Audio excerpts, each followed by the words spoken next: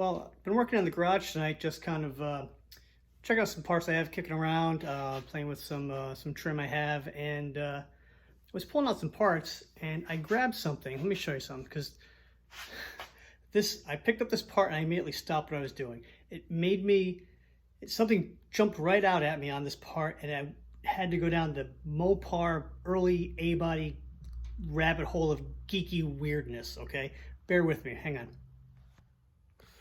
All right, while I was pulling out parts, I grabbed this piece of sheet metal out of my way, and this is the part of the inner fender from my dad's 1966 Barracuda, okay? What caught my eye is that the holes, can you see in there? There.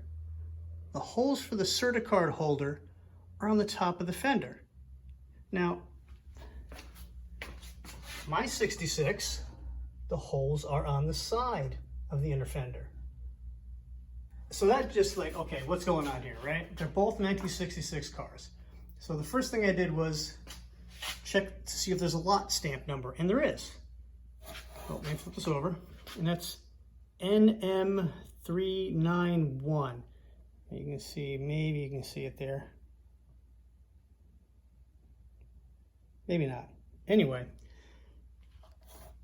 it's also stamped differently than on my car. It's stamped right side up on my car, and it is a different number. Okay, so that kind of explains it. But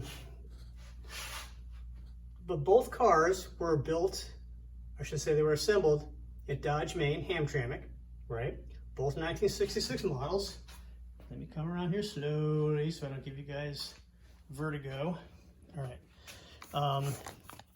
Mine had SO date of 6/28, which is June 28th, right? Dad's had an SO date of A14, which is November 14th. Both had number 2 in the VIN after the year, the 6, so that indicates production facility, Hamtramck. The only other difference is that mine started life as a slant 6, had a B in the VIN. Dad's has a D, had a 273 two-barrel. Now, I can't imagine any reason why they would have a different inner fender for two different kind of engines. It's the same engine bay. It's the same K-frame. Everything else is exactly the same.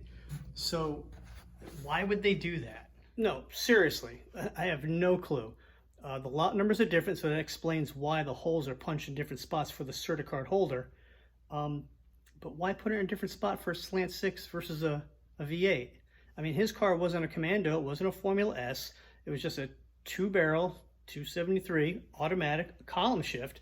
Mine's floor shift, slant 6, that was a 225. I don't know. It's just one of those weird things that, you know, the lot numbers tell it all, that there were different lot numbers. They were stamped at different times. Clearly the lot numbers were stamped upside down from one to the other, and they changed where the holes go.